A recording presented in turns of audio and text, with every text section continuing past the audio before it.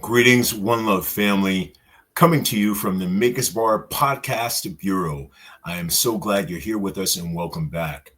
I am particularly interested in this interview because I think as what Maker's Bar is trying to do is bring information and creating 1 million leaders today for tomorrow. The guest we have today is particularly of interest to me as a believer and also as a One Love person that to bring information as far as organizations and the foundations of those organizations to help build our One Love family. Aaron Abramson was raised in an American Jewish family in Seattle. He was a teenager when his family relocated to Israel when he attended an Orthodox yeshiva and served with the Israeli military while traveling after his army service. Aaron had a life-changing encounter with God. His passion to see others live similarly transformed him to join Jews for Jesus in 2000. Amidst war and rising anti-Semitism, the appointment of Aaron as the first Israeli to lead Jews for Jesus comes at a key moment. His firsthand experience with the realities of the conflict in the Middle East deeply informs his vision for ministry. While serving in the Israeli Defense Forces, Aaron's close friend was captured, tortured, and killed by Hamas. Ultimately, in his teachings of Jesus, that inspired him to pursue a radical reconciliation and friendship with Arab neighbors in his hometown of Jerusalem.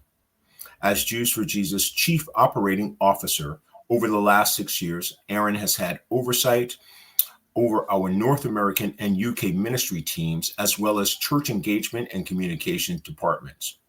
He's a big picture strategic thinker and has been instrumental in creating approaches for how to reach and serve more Jewish people and communities under his direction of Jews for Jesus teams worldwide, and having seen growing response to the gospel amidst pressing global crisis. They have also provided a comfort to hundreds of thousands affected by war, poverty, and disaster. Aaron stepped into his role as CEO on June 1st, 2024, and holds a BA in Biblical and Intercultural Studies from All Nations Christian College in England and a Master of Public Administration from New York University. Aaron met his wife, Victoria, in 1998, and the Abramsons have 3 children and reside in London. And one of the things in me coming off cuff, Aaron's a New Yorker, so whoop, whoop. Biggest part family. I get to bring in some New Yorkers, and you guys know I am a native of New York. So Aaron Abramson, CEO of Jews for Jesus, thank you so much for being with us today. It is ultimately an honor and a deep pleasure for us to have this deep dive in explaining Jews for Jesus and your role and the organization itself. Thank you, Aaron, so much for being here today. Yeah, thank you, Seth, for having me on the show. I know this is a little bit different maybe to have somebody that's involved with an organization like mine, but I'm looking forward to this. I am too. I've been looking forward to this for a while. I think currently we are in such a globally interesting times where my goal is to bring spirituality as much as possible. But I think myself, and having been married into a Jewish family and the understanding of where we understood that belief system, I found that it was very much an interesting issue to bring an understanding to people about, can Jews believe in Jesus? Can Jews believe in Jesus? And I think a number of people have very conflicting questions or misunderstandings about Jews and Jesus. And I think having you on here today is particularly important because I think people want to have they have questions and they want to have an understanding. And so having you here today is specifically important to that role.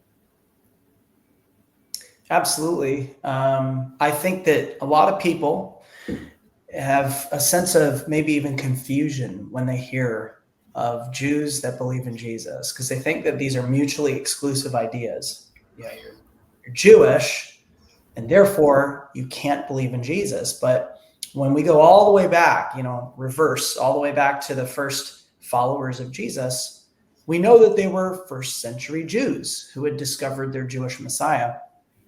So for them, obviously, it had full continuity with what they had been waiting for as they were waiting for the Messiah. Jewish people had throughout their scriptures a story woven, and they were expecting one that was going to come and save his people. And that idea gets fleshed out throughout the prophets and the writings. And so, of course, for them, it wasn't strange at all. Now, I've served with Jews for Jesus, as you mentioned earlier, since 2000, really since I started volunteering in 98. And it's just remarkable how many different responses and reactions you get to the idea of Jews for Jesus. It's funny. You and I have shared off camera. Being married into a Jewish family, I had my pops and Uncle Erwin. And Uncle Erwin, Pops and Uncle Erwin, they were New Yorkers like us. Now, New Yorker Jews and conversations, they have a different conversation. So when I told them my wife and I were going to go to check out Jews for Jesus and the Messianic Jews, I immediately heard, hey, in Brooklyn accent, Jews can't believe in Jesus. What are you talking about?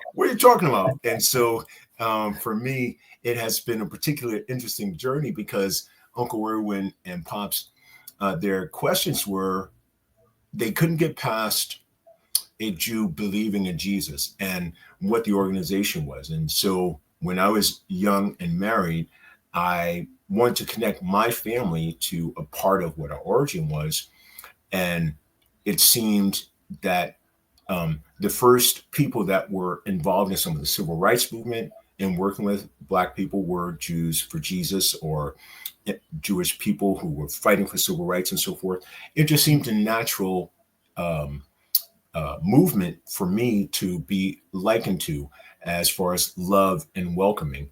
And they could not get this understanding that some Jews can believe in Jesus. How does that come together? So if you don't mind, Aaron, how does it come together?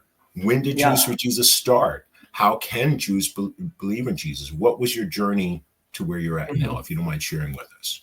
Yeah. Well, let me just say, one thing that unites both, and this is just, I'm going to mention this just to start off, is, central tenets of both faiths. And you could say both faiths being Jewish faith, and then as it goes into the New Testament, into New Testament faith, is love the Lord your God with all your heart, soul, mind, and strength, and love your neighbor as yourself. That's what Jesus also said. That's what a lot of the rabbis also said.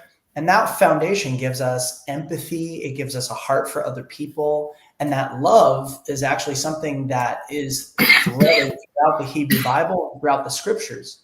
And so for us, I think the things join together really remarkably well, actually.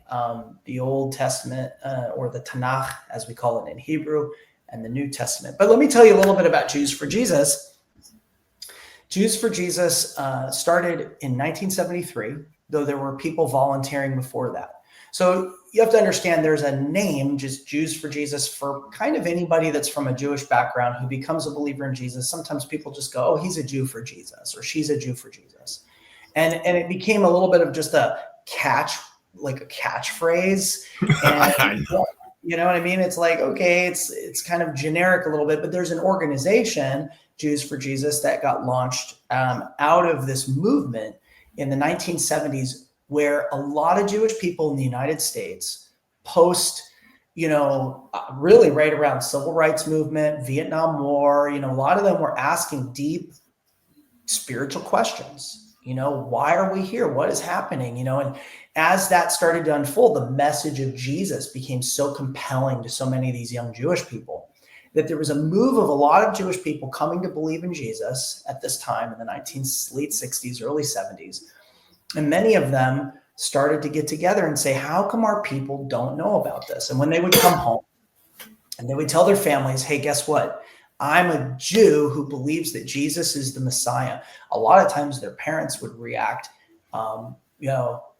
maybe not like Pops or Uncle Erwin as an Uncle Erwin. Maybe they weren't like, hey, you can't be Jew. But some of them would say, you can't do that. And they would kick them out of the house, and they'd have all these challenges at home.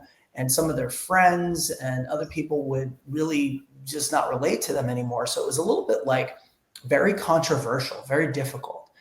You have to understand, for many, it was seen as like defecting to the other side. Not that Jews necessarily had beef or whatever with the Christians, but they saw if you were Jewish and you went to the other side, how could you do that? There's so few of us. How could you go to them? And what I like to say to people is, my Jewish experience has been enriched by understanding who Jesus is and what Jesus came to do for us, not only as Jews, but for the rest of the world. And so the ministry started, or the organization started in 73, and it started really more or less in North America. And a lot of it was kind of coming out of those 1970s protest movement. They would go out on the streets and they would engage people. And we used to be in the subways, and we were like, how can we be very visible? Because we're a small community, And so they would go out, they'd have T-shirts, they'd hand out some literature, and it was always very funny stuff. They had like very comical, funny, I remember we handed out this one thing. It was beware of religious fanatics handing out pamphlets. And these things out, and they look at it and they look at us, and then inside it was just this very quirky thing. And eventually it would kind of present a little bit of this perspective of a Jewish perspective of Jesus and why we think he's so important and why we believe he's the Messiah. But it was a very short little pamphlet, and then they could get in touch with us. And so Jews for Jesus started these campaigns. We became pretty well known for them. And over the years, especially as we started to expand to other countries, into other contexts, we moved internationally. We recognize there's Jewish populations all over the world. And in a lot of ways, what we do is we advocate within the Jewish community for the teachings of Jesus and Jesus himself, because we believe that Jewish people are enriched, that there's something beneficial to us as a people when we don't neglect who Jesus is and what he came to do for us as a people. In fact, for many of us, we found hope and new life in discovering who Jesus is and who he was. And so we kind of try to share that with Jewish people. We also connect with Christian people who are, it's like the Christian scriptures, they're so Jewish. And so they ask us sometimes, hey, as a Jewish person, can you help us understand the roots of Passover, or help us understand Hanukkah, or help us understand the Feast of Tabernacles, or, a Jewish perspective on Sabbath, the day of rest. And so we get invited to all these different places to share about our Jewish understanding of the New Testament and what that faith, the origin of that faith, how it really is Jewish in a lot of ways. And so it can really enrich their faith. So that's can I tap in here really quick? I think one of the quick things that you said, Jews and Christians, some of the kickback I've received is, are Jews Christian, or are they still Jewish? Could you tackle that? Our Jews for Jesus Christian? You mean our Jews for Jesus? Forgive me. Yes, correct. Can you address that very quickly, if you don't mind? Absolutely. Yeah. So, so a lot of people, they get a little bit confused about this, because they'd say, well, so Jewish can be an ethnic identity. You grow up in a Jewish home, you have Jewish family. I speak Hebrew. I served in the IDF. I immigrated to Israel with my family when I was young. I went to yeshiva, which is like a Jewish seminary. Those are all Jewish experiences, and my background. I have Jewish family and lineage and all of that. What I believe, there's Jews that believe nothing, or are Buddhists, or, there's all sorts of Jewish belief, and a Jewish person can still believe these different things. There's also different tenets of Judaism. You have Reconstructionist Judaism. You have like Kabbalists, which are very mystical Jews. You have Hasidic Jews. You have conservative Jews, Reform Jews. There's a spectrum here. Traditional Jews, you can go through it. Jews that believe in Jesus could also be called Christians, because the word Christian means follower of Christos, which is the Messiah, the Christ, which is a Jewish concept. The Jewish people were waiting for the Messiah. It's so funny. There's a group called Chabad, or Lubavitch. I don't know if you know those guys, but they're in New York City. They often walk up, and they sometimes will ask you to wrap tefillin, to do the Jewish practices, because they believe that Jewish people should be keeping the mitzvot, or the commandments. I remember I was walking down the street one day, and a guy goes, "Are you Jewish?" I go, "Yeah." And I go, but I'm a believer in Jesus. You could even call me a Christian. And he goes, oh, I'm a Christian too. I go, what? He goes, yeah, I'm a follower of the Christ, the Rebbe, Rabbi Menachem Schneerson. So he believed in a different rabbi who he claimed was the Messiah. So this is the interesting. Yeah, Menachem Schneerson was a rabbi in the 1990s, and he was a very famous, well-known rabbi. You still see pictures of him like throughout Borough Park and some of the different, Crown Heights, especially in Brooklyn. But anyway, Crown Heights. Yeah, exactly. So when people say, "Are you Jewish?" I say yes. They say, "Are you Christian?" I go, "Yes." Are you a Messianic Jew? Yes. You can call me what you want. In a lot of ways, when people ask me, I sort of say, I'm a Jewish follower of the Messiah, and I believe the Messiah is Jesus or Yeshua. Yeah. I think that probably is the best way I began to understand, to say a Jewish follower of Jesus. Yeah. And again, I go back to people have asked, Jews who believe in Jesus, are they Christian or are they Jewish? And I think there was that was some of the attempt to understand how people perceive that. Do Jews still stay Jewish or they're Christian? So I appreciate you addressing that. Now, how does a Jew believe in Jesus? How does that come about? Yeah, well, from my end, it came about. And I can give, just a little in a snapshot, a little bit of my own experience. My parents had moved to Israel when I was 15. And when you move to Israel or you move to any country, I suppose, and you're at that age, you're trying to fit in, you want to make friends, you're trying to, just be a normal teenager. And I wouldn't say I believed anything. I was pretty agnostic. And, at some point I was a bit open, but my parents, they moved to an Orthodox community and they wanted me to have some Jewish experience and Jewish upbringing. So I went to a yeshiva, which is a Jewish seminary. And in the yeshiva, I had all these questions, like, what does God want? What's his purpose is he really here? Does God exist? If he does, what's the purpose of a Jewish people? Why did he pick us? What's the deal there? I had all these deep questions, and what does he want from us? What does he want us to do? And in the yeshiva, I didn't focus so much on that. It was more about keeping Torah and doing the mitzvot, which are the commandments, observing Shabbat, getting up in the morning, doing all the different things which they believe. And that's in many respects the focus of Jewish practice. It's not so much like about what you believe. There were people there that didn't really believe everything, but it was about wrestling through, asking questions. There was some beauty to it. But I came away from it feeling a little bit more conflicted, like I didn't know if I believed in God. I didn't really know why I'd been there. And I was drafted into the IDF, the Israeli Defense Forces, when I was 18 years old. And during that time, I had a pretty difficult experience where one of my friends was kidnapped, and I found out about it on the cover of the newspaper. And, we went home, we did a search party for him and all of this. And we found out that he had been not only just killed, but tortured as well before he was captured. He was captured. And this is what happened because he was an Israeli soldier. So he was all over the news. It was a big deal. There was a big funeral.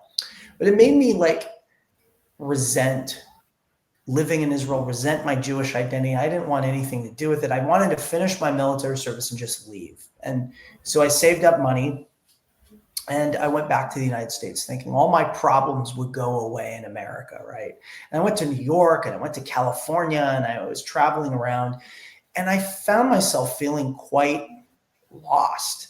Honestly, I didn't know what the answer was. I didn't know where I belonged. I didn't know if I should go back to Israel. I didn't really know where my home was and my purpose. And so I started to kind of read a lot of things. I'd read books on different topics. Like if Hare Krishnas walk by, I'd grab their books and start reading them. If Mormons walk by, I'd read their book. I didn't really care. I just kind of was reading things. And none of it really struck a chord.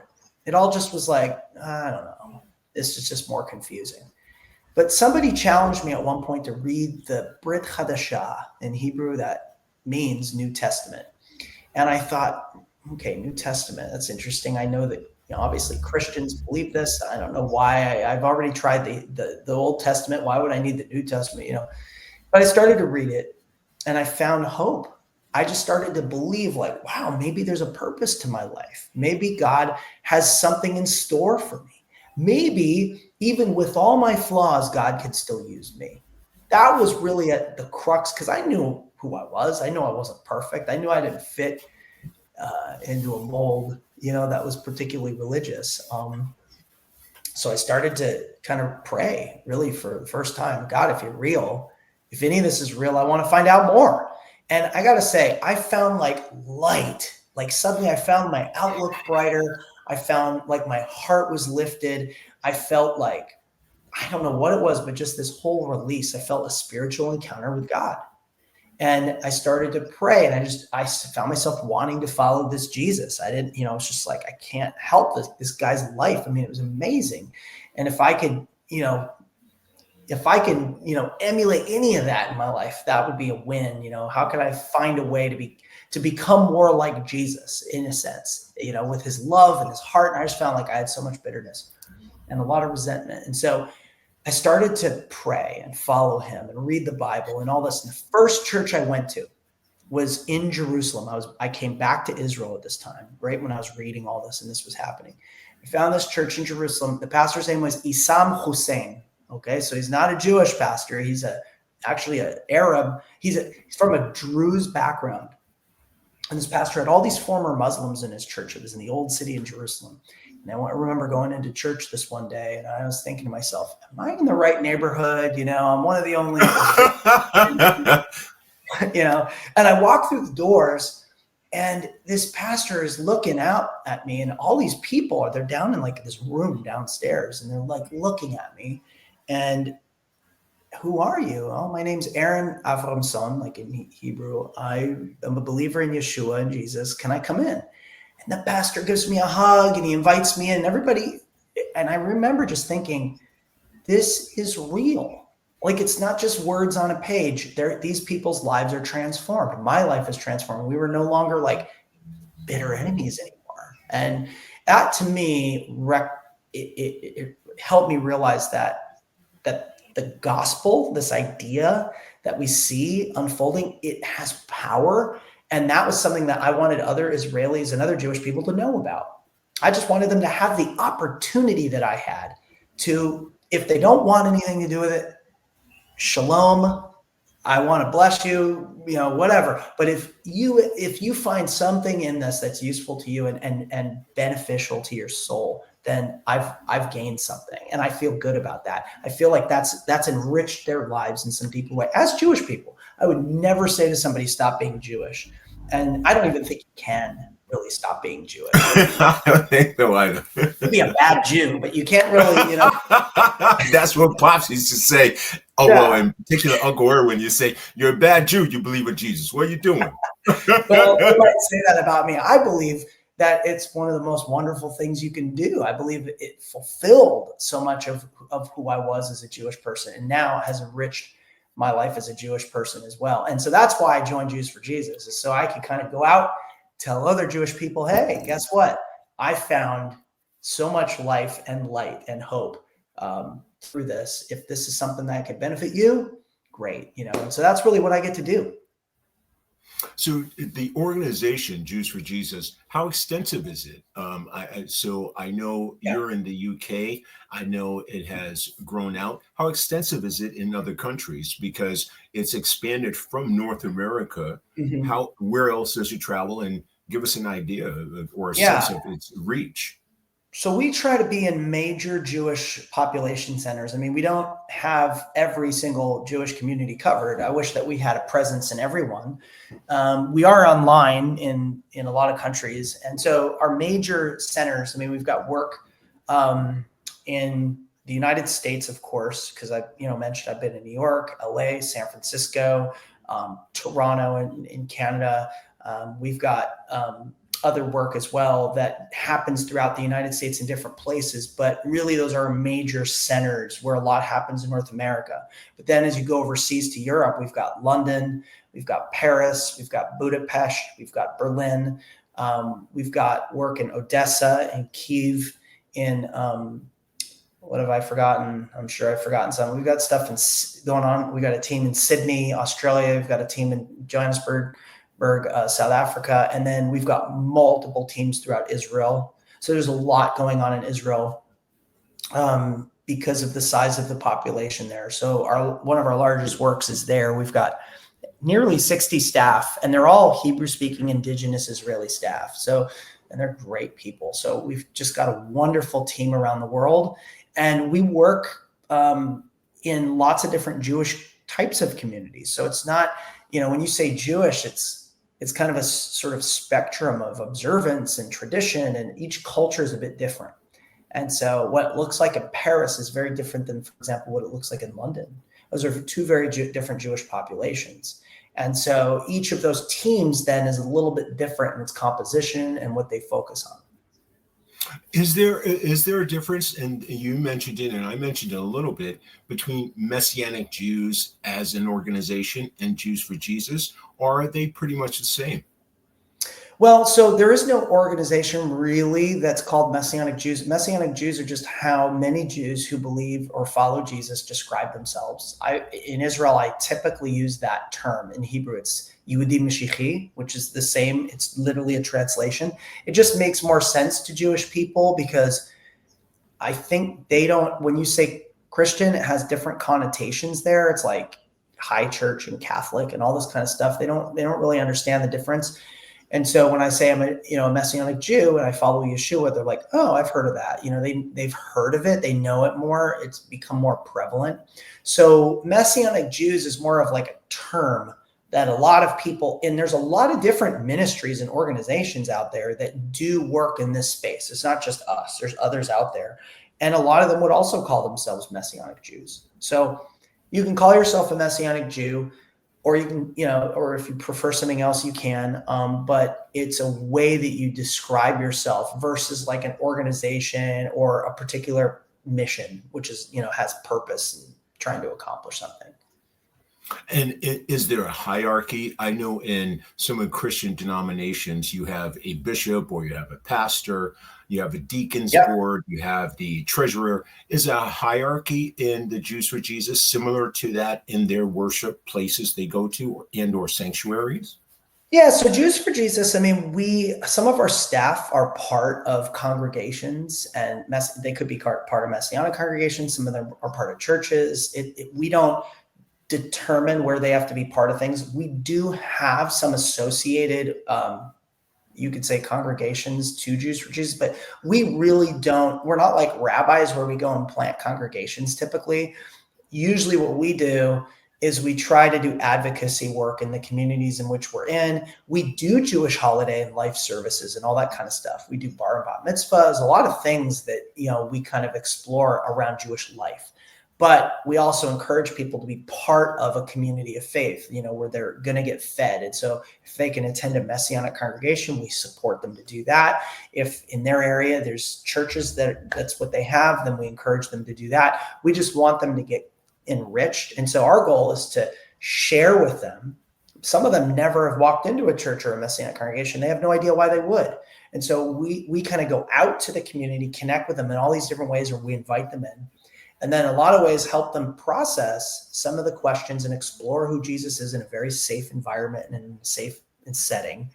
And then we invite them to explore what that looks like. And if they sort of pursue it, we try to connect them, if they're interested, into a congregation or a place where they can get, enriched and grow in that way. So we don't really have rabbis and pastors. We do. Some of us are pastors and some of us are rabbis separately.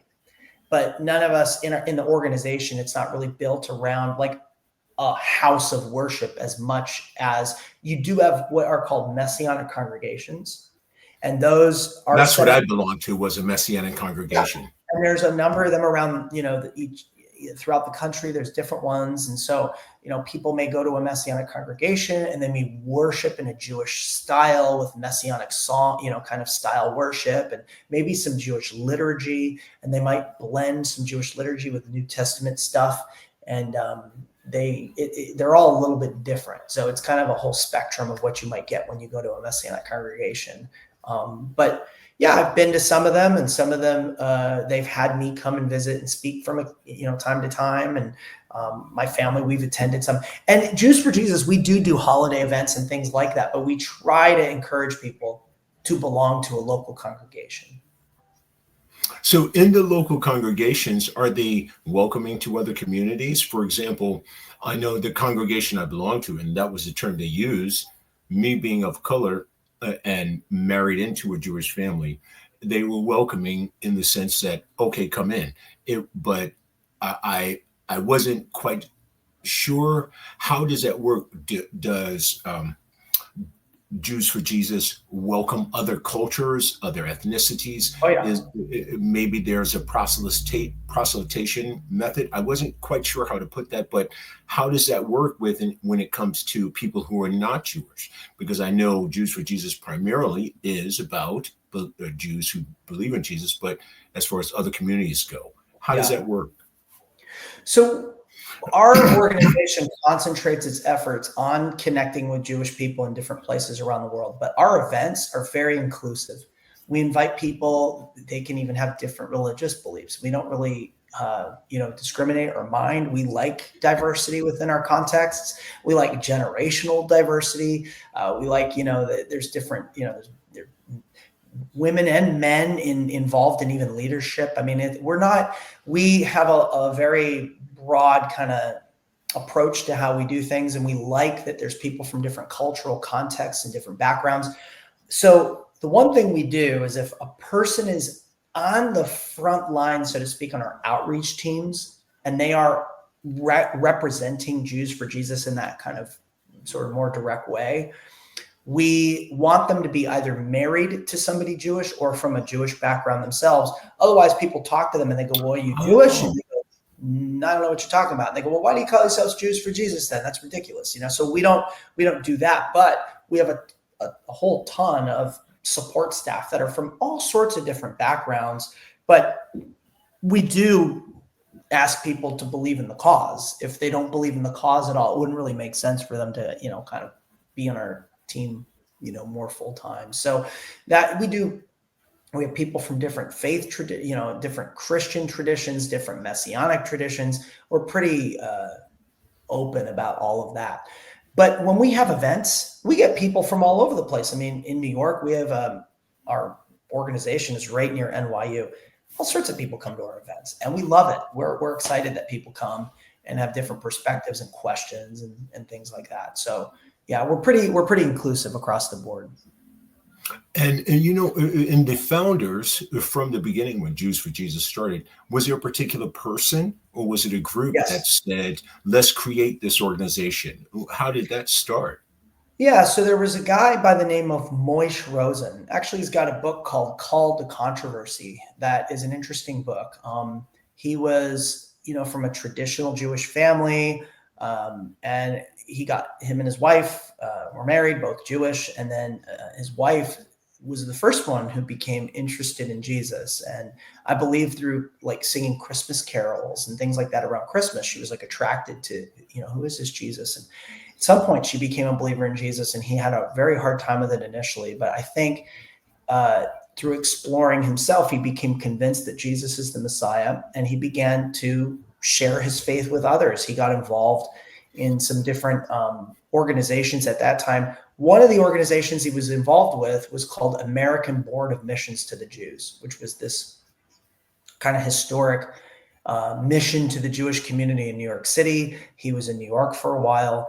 And in the 1970s, when a lot of this stuff was going on with the protest movement and all these people coming to believe in Jesus out in California, he said, I want to go experiment. I want to go out to California and reach some of them.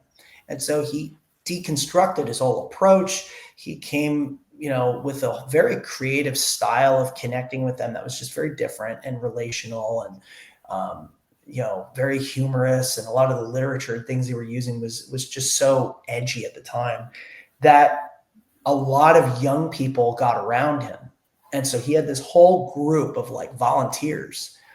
And he was kind of thinking, what do I do with all these volunteers? And so at some point, there was just an agreement where it didn't really make sense for him to continue with the American Board of Missions to the Jews. So they kind of like, in some ways, I don't know if it's mutual, but he kind of ended up leaving and starting Jews for Jesus. And all of these young people who were kind of volunteers became the founders. I mean, not all of them, but a good core group of them became the founders of Jews for Jesus. Some of them are still serving with us today. Moish Rosen has passed on. He was an older guy, and he was, I believe it was like maybe 12 years ago or something like that. Maybe it's 2010, 2011. Maybe even longer, 24 years ago or 14 years ago. I can't remember the exact time frame, but I knew Moish, and he was a brilliant guy, and just a real sharp thinker and strategist, and had just good instincts. What does the hierarchy look like? Are there pastors, deacons in a messianic congregation? Are there titles so people can understand some of the dynamics? Are there titles? So in our organization, I'll just tell you this: in our organization, we have different people in leadership, and we have people that are on the mission team. We have people that are behind the scenes, kind of support teams, all sorts of administrative capacity. Now, when it comes to ministry roles outside of Jews for Jesus, like in the messianic congregations, they would typically call their leader the rabbi, and you might have like an assistant rabbi. You might have what's called a cantor or a chazan, which is like a person who recites the liturgy. And, you might have the Rebbitzin, which is the wife of the rabbi. So those are the main roles. You do have elders kind of, and some of those congregations might even just call their leader a pastor. It's like a variety. It's kind of like I said, it's a spectrum. And so there are cantors. That was one of the things that I was, having been involved in a Jewish family, I understood, but explain what a cantor is and how important that person is to the Jewish faith.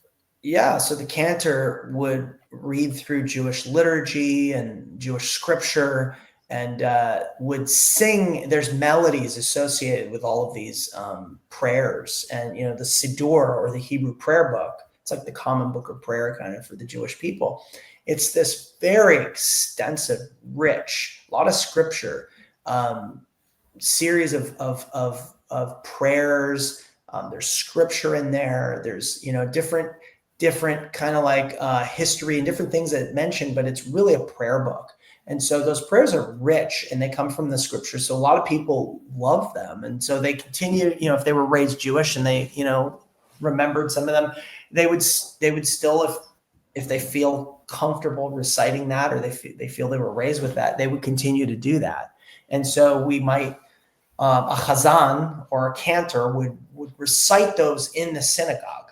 That's their job, and they lead everybody in those prayers. So there's some big ones like the Shema, which is from Deuteronomy, which is Hear, O Israel, the Lord our God, the Lord is one. And there's other ones like the Amidah, which means the standing prayer. Also the Shmona Esrei, it's called, which is the 18 prayers, which they go through, and there's all sorts of different prayers each time of day that in real synagogue you would do. So Messianic congregations may do a sort of variety of things. If you go to an Orthodox synagogue, you're going to get all of it. A Messianic congregation may have some of it.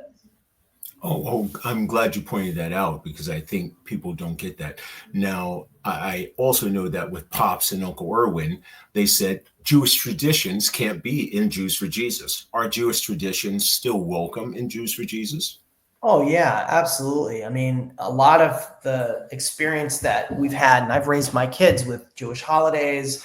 It's funny because people go, well, you guys do a little bit of this holiday, a little bit of that holiday. You might do a little Christmas, you might do a little Hanukkah, you might do a little, and I go, well, in a lot of ways, we have some freedom to observe, and we'll do different things. And my kids have been raised with different Jewish holidays, and they've been raised with some of the Christian holidays, and they don't really mind it. It doesn't seem strange to them because they were raised with it, And the funniest thing is I remember talking to my daughter one time, and for her, Jewish tradition and Jesus is just normal. It's not like, what are you doing? How could you do that? Why would Jews do this? For her, she was raised with it also. It seems so normal. And I remember we met this other Jewish family, and they were not Messianic Jews, not believers in Jesus. And she goes, oh, they're Jewish too? Oh, so they like Jesus too. Okay, cool. And I had to kind of explain, not all Jews, are going to agree with us on this. In fact, the majority are not going to agree with us, but some agree. And she's like, okay. So it was like, just her experience and what she was raised with. How do you combat some of the conversations? I know for me, in talking to Pops and Uncle Erwin, it wasn't necessarily the best way that I communicated, but I said, Jews for Jesus with the hippies, they were super cool. They were like fighting with black people and they were helping civil rights and social advocacy. Yeah. That was one of the ways I brought it to them. And so Pops and Uncle Erwin were like, okay, hey, that's good. That's good. Okay. But, but how does one reconcile in talking to real I don't like the term real necessarily, but observant Jewish people? How does one address Jews to believe in Jesus, and not necessarily a witness as traditional Christians might put, but how does one reconcile the conversation of Jesus and Jews? How does that conversation begin in the organization? Yeah. Yes. I mean, there's a variety. It depends, like you said, kind of on the question. If, a person's trying to reconcile, I mean, for me, like I said before, if you're Jewish, the idea of the Messiah is a Jewish concept to begin with. So, you have to evaluate whether Yeshua or Jesus, his Hebrew name would be Yeshua. You have to evaluate whether he meets the qualifications. Now, some people would say, well, he doesn't meet this qualification or that one. And so there's this idea within Judaism of almost two messiahs, a Messiah son of David. Oh, wow. Look at that. Yeah. A Messiah son of David and a Messiah son of Joseph, because they see the idea of a reigning king in the scriptures. Like the Messiah would come as a reigning king and he would overthrow his enemies and he would do all these things like a king would do. And then they also see this picture of the Messiah riding in lowly on a donkey, and the Messiah who would be rejected even, and that he would be a man of sorrow. And there's different ideas of who this would be in Jewish tradition. And so the rabbis almost believe maybe there were two. How do we reconcile those two very different pictures, distinct pictures of Messiah in the Hebrew Bible? And so as believers in Jesus, as Jews for Jesus, we believe that's the same one, that there's only one Messiah, that God would send him, and that God would send the Messiah, that he would be the suffering servant, and he would suffer and he would die and he'd be raised again, according to Hebrew scriptures even. And that ultimately, just like those Passover sacrifices, would take upon himself the sins of Israel. That's the idea. And so that concept, of course, some people will say, well, we don't believe in that, as Jewish people, we don't agree with that. That's why there's these biases, right? There's historic bias. But you have to realize a lot of these views were not that crazy in the first century. In the first century, a lot of these ideas, you got to understand, a lot of these ideas were not that crazy. But as time goes on, Judaism and Christianity start to become more formed. And they start to go, well, we're not Jewish because we believe in Jesus, and we don't really believe that you need to keep the law. And Jewish people started to go, well, we don't believe in Jesus, and we believe in one God, and you need to keep the law. And so they start creating like walls get erected kind of to say, well, I'm not this and you're not that, and we're part of our club kind of thing. But in the first century, there's a lot of different views of what it means to follow God and what Judaism teaches about the Messiah in the first century. And so what Jesus was teaching, there's a rabbi who taught at Berkeley. His name was Daniel Boyarin, who actually writes about this. And he kind of, in his book, I think it's called, I'm trying to remember if it was the Jewish Scriptures or I can't remember the name of the book now, but there's a book that he writes, and he basically asserts that a lot of the ideas, the divinity of the Messiah, things like that, they were ideas that existed in the first century.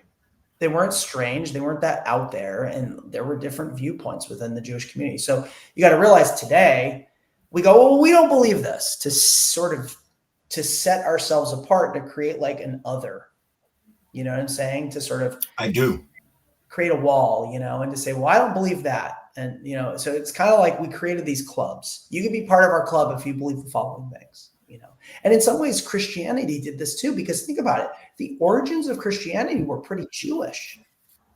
And all of that stuff kind of over time gets purged. A lot of it got purged. And, we've had to, over the years, kind of re-educate ourselves around what some of the Jewish understandings and underpinnings of the Hebrew Bible and the New Testament really are, and faith in Jesus was. So, that's something that has kind of, in the last 50 years, or, it's become more prevalent to talk about it. But for centuries, nobody talked about that. And as a part of the process of Jews who believe in Jesus, do they get baptized? Is there a baptismal ceremony, or is there, when a Jewish person chooses to go into this faith, is there a process they go into this faith? Is it on bar mitzvah time? How does the process work when a Jewish person chooses to accept Jesus as the Messiah or Yeshua? Yeah, these are good questions, Seth. So yeah, we do. So the idea of baptism exists in Jewish tradition. It was tevilah. So, like, for example, if you converted today to Orthodox Jew, if you became a Jew and you went to the rabbis and said, I want to convert to Judaism. Well, they'd say, okay, well, maybe you don't want to, and they might push you away at the beginning, right? This is the idea within the rabbis won't seek to convert others. And so what they'll do is they'll say, well, maybe this isn't for you. And they'll dissuade you. And then if you keep coming back, they'll say, okay, we can move forward with it. You have to go through this process. You have to read things. You have to understand all of the law and the writings. You have to adopt those things. But the last thing that you really have to do, and I won't mention circumcision because you do have to do that too, and it's as an adult to go through. That's, have fun as an adult, but you go through what's called a mikvah, and Orthodox Jews go to the mikvah, and the mikvah is a place where you have running water and it cleanses you. So baptism came from the Jewish people to begin with, So all of this existed in the time of the Hebrew scriptures, in the time of the New Testament, and even today in contemporary Judaism. Women and men both will use the mikvah. And if you convert and you become a Jew, you would also use the mikvah, and you would be in some ways immersed. It's immersion. So in Messianic Jewish circles, you would also go through an immersion, and you would take on your faith as a follower of Yeshua, as a Jewish Messianic follower of Yeshua. And it's in the New Testament. So we would encourage people to do that. Now, you and I have conversed about this somewhat off camera and touched on this. With Pops and Uncle Erwin, they said, I'm Jewish. I can't believe in Jesus. As I do their Brooklyn accent. But they bring me joy and laughter always, because when I hear some of the conversations I've had with them, I hear their voice. But one of the things that sometimes Uncle Erwin and Pops used to say was, how can I believe in Jesus? I'm a Jew. That's right. That's what my grandmother, my grandmother used to always say that as well. And I'd say, okay, I get that. And there are those ideas, or those, there's that sort of cultural barrier or wall that they think, well, what's that about? This, I can't believe that. Now, the way, it's funny, I used to talk to my grandmother, and I would say to her, grandma, I used to call her grandma. She passed away, but I would say to her, grandma, and she knew I was with Jews for Jesus. I'd say to her, grandma, and she didn't mind. She even went to see me speak in a church once and was like, that's my grandson. She was all proud. But I asked her once, I said, grandma, what do you think about Jesus? And she was like, but I'm Jewish. And I said to her, okay, I get that. But let's say I could take all the Jewish writings. Let's say, hypothetically, I can show you how they all pointed to Jesus. Would you be willing to consider this as a Jew then? And she went, no, I'm Jewish. I can't do that. So for some people, it's a barrier. But I mean, in the end, it's true or it isn't true. Jesus is either the Messiah or he's not. If you rule him out because you've investigated it, and you've explored it and you've really sort of asked God, I can understand that, but if a person's just like, well, I'm Jewish, so therefore I put all, it's like, well, so then what? You've let somebody else dictate to you what being a Jew is and what it's not. Like who's the one that sets those rules up? Do you trust the rabbi or the person? Who is it that told you that? Is it a rabbi? Is it, well, consensus. Oh, because consensus is always right. I mean, throughout even the Hebrew Bible, the consensus, if you took the majority of Israel, more than half the time, they were in rebellion. So you can't just look to consensus to determine what's real and what the God of Israel wants from you.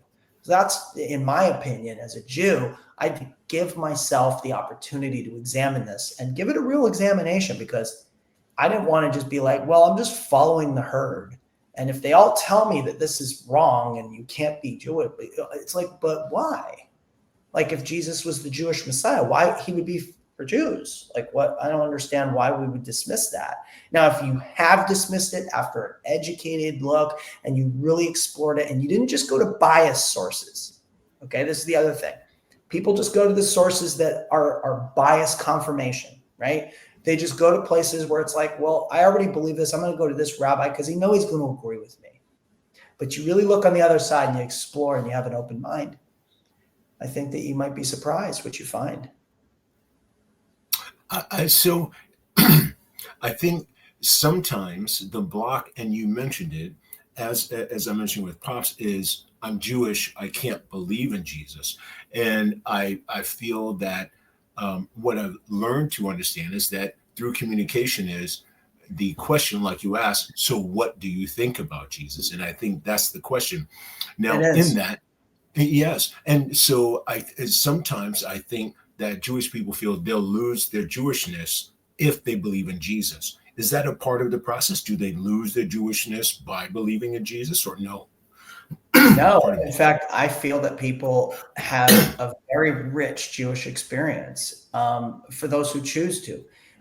Nothing you're not going to find in Messianic Jewish circles or in the New Testament. Now, if you go to a regular church, you might feel out of place as a Jew. You might not know many Jews. You might not know people who experience Jewish holidays. And you might go, wow, that's really weird. I was doing this and now I don't do it anymore. You will gain something else potentially from being in that community. But if you want to continue to explore what it means to follow Jesus as a Jewish person, then we encourage people to find a community where they can do that.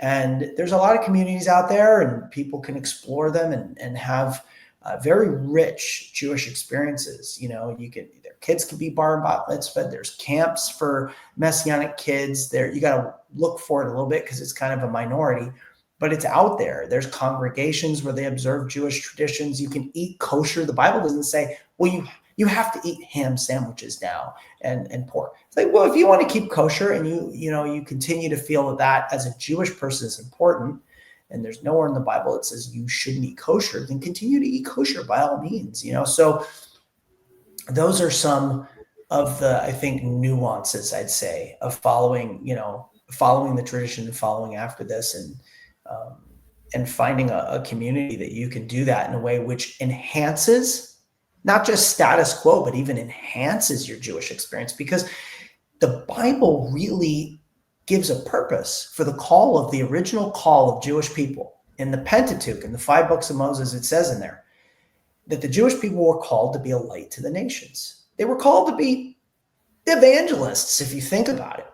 They were to be out there to say, hey, guess what? God is good. Let us show you what this is. To be a light, to show him how good the laws of God and what serving God and the heart of God, what that looks like. God wanted them to be an example. And I think in the end, if we can be an example and we can show, hey, this is rich, this is good, and help other Jewish people experience that as well as non-Jews, I think we're benefiting. How large is the organization globally? As the global CEO, I wasn't sure how your management style and what is the numbers, if you have an estimate. Yeah, so we have about 275 staff throughout the world. We've noticed that it's grown over the last number of years. We've seen a number of our works have continued to expand, and it's been an exciting season. We've really been, I think, very engaged around the world with the different Jewish communities and their needs. I think the world is very different than it was even 10 years ago, and it's Oh changing yeah, rapidly. for sure, I for just can, sure. I mean, this show, right? You guys talk about all the innovators and the disruptors and all that stuff. And I think we see that even within Jewish families. I mean, intermarriage is at a high. Things that are going on around the world. It's just, I think that it's kind of a melting pot today of all sorts of different things. It's a very complicated environment to exist just as a human. But Absolutely. to be Jewish today and to so we have work that's to homeless populations in Israel. We have a house for women who have been on the streets. We have a ministry to Russian speaking Jews in different places around the world. We have ministry to Hebrew speakers in different places, students, Jewish Gentile or Jewish non-Jewish couples, ministry to couples, ministry to children and youth and Messianic Jewish families. So there's so many. I mean, it's hard to, so our ministry was a lot more sort of like this. We did very similar things. And then we said, well, people like things tailored to their interests. You know how it is today. Today, Oh yeah. everything's customizable. You know what I mean?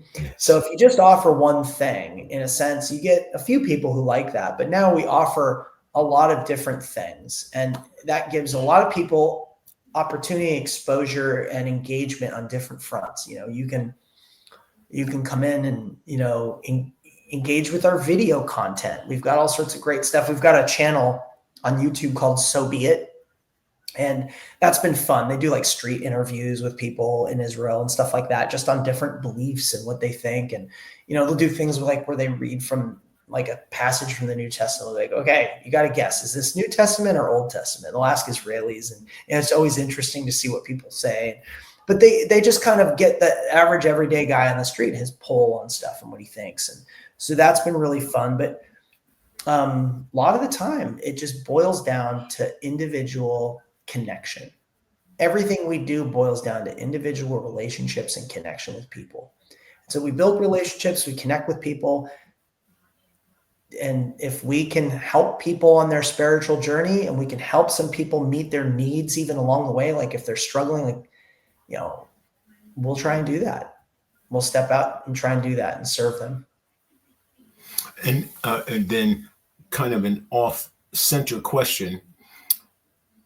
Did you go for Dodgers or Yankees World Series? I'm going to say this. I'm going to be very political here. I'm going to say I'm not a Dodgers That's a perfect way to put it. I'm not a Dodgers fan. Yeah. I'm actually more of an NBA fan, but I do watch anytime New York is in the playoffs of anything. I'm like, okay, I'd really like to see the Knicks get to the playoffs, but that's a different story. Oh yeah. I found myself conflicted. Being a New Yorker, I was with Kevin. They said, "You going for Yankees or you going for Dodgers?" So, being a longtime resident of LA, I really felt the political correct answer was satisfying to me. I had to root for my Yankees, but I silently had to say, "Yay, Dodgers!" Well, yeah, I hear you.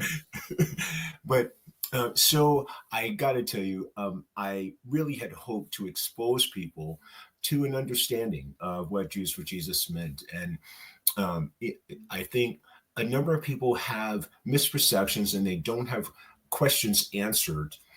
Jewish people and non-Jewish people that don't have questions answered or like Uncle Erwin, I just can't believe I'm Jewish. So this was very important to me to introduce people to get an idea about Jews for Jesus and the organization and some of the tenets of the belief. So I appreciate that you shared this with us today, Aaron. I think it's vitally important in reconnection with spirituality these days. And in what I'm hoping to do, rather, in an ongoing series, is to expose people to how we might not have the most clear understandings about belief systems. And Jews for Jesus was a one of my first go-tos, because it was an introduction to me as far as my Jewish family that was in my marriage side of things, and also as a believer in Christ. And then as a hippie loving dude, one love-ish, it was the Jews for Jesus were on the forefront of that. So I really appreciate you sharing this with us and the understanding. Aaron, how can people get in contact with you if they want to learn more about Jews for Jesus? How can they learn more? Where can they reach you at?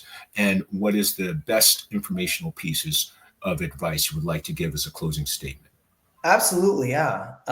So you can absolutely go to our website, jewsforjesus.org. There's a lot of resources and ways for people to connect and find out more. There's articles and different things. There's the So Be It channel, which is on YouTube, and you can look for that. There's a lot of great content on there. As far as I'm concerned, if people have questions or want to email, I've got no problem. People can email me at ceo@jewsforjesus.org. It's a pretty simple thing, just all written out, jewsforjesus.org, ceo@jewsforjesus.org. And I'm happy to, field questions or things people have. I think you did a good job, Seth, of asking some of the trickier, the questions that people might have. I think one of the ones, and I'll just also mention this because I think sometimes it comes up and people go, well, you didn't mention this. Some people will say that Jews for Jesus, they're about proselytizing. They're sharing their beliefs with other people.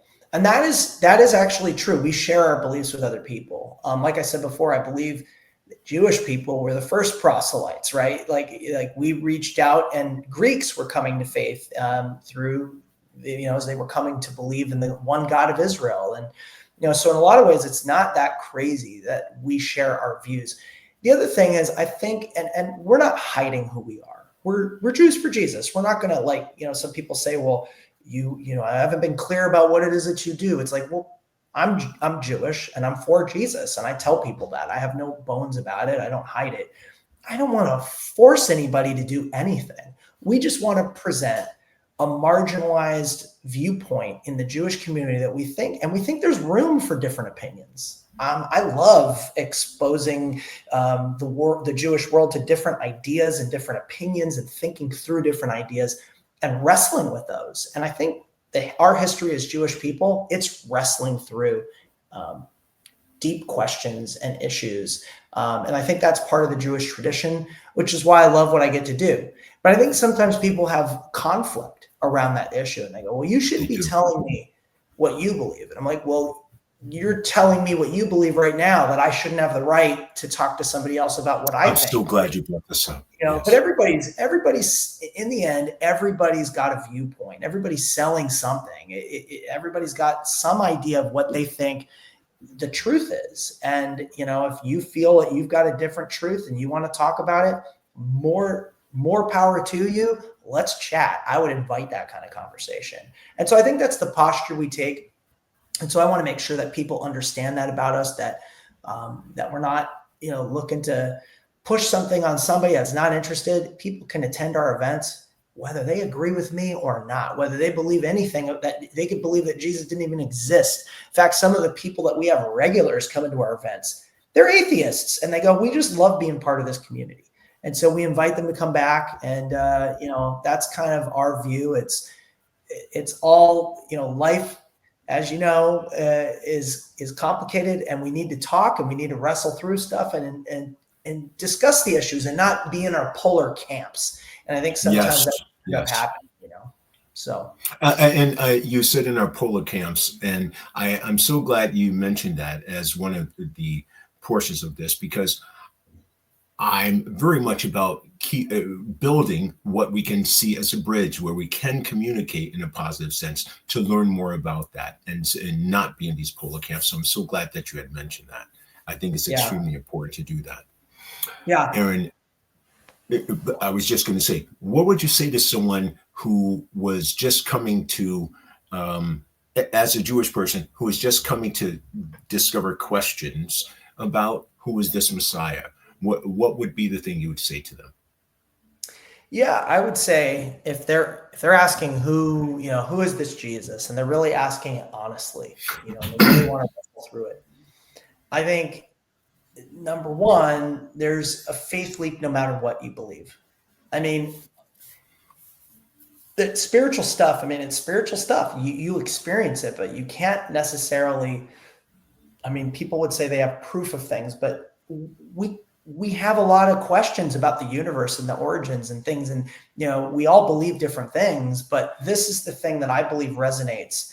And so I challenge people to ask God, because I think if God really exists, he will open, the way. He'll show us what's true. And so I ask people, pray, if Jesus is the Messiah, ask God whether that's the case and ask him to show you. And I think that he will. If your heart is really kind of open to it, if you're kind of looking to dismiss it all and find reasons why it's not true, it's like they say this. I've heard people come to me and say, well, I can find, 10 contradictions in the New Testament. Well, for every contradiction in the New Testament, you can find 5 in the Old Testament. And for every 5 you find in the Old Testament, you can find, a bunch more in the Talmud. And so it's like anybody can punch holes in anything. It's very easy to be cynical today and just, demolish or try to, erode somebody's belief in something. But let me just say, I think belief is powerful.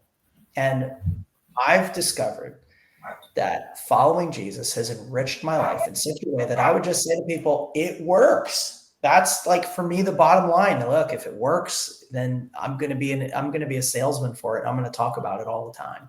And so that's kind of where I come from. If a person's asking me, I just say, have an open mind, and ask yourself, am I reacting? Because I want him not to be the Messiah because of the consequences I might face, or because it looks stupid, whatever it is. So I just challenge people to kind of try to put that aside, to try to have an objective view, to look online. I mean, look, you're going to find things pro, things against. You're going to see sort of arguments in favor and against. Ask God and really kind of ask yourself deep down, is this true? Is this true? And that's what I did.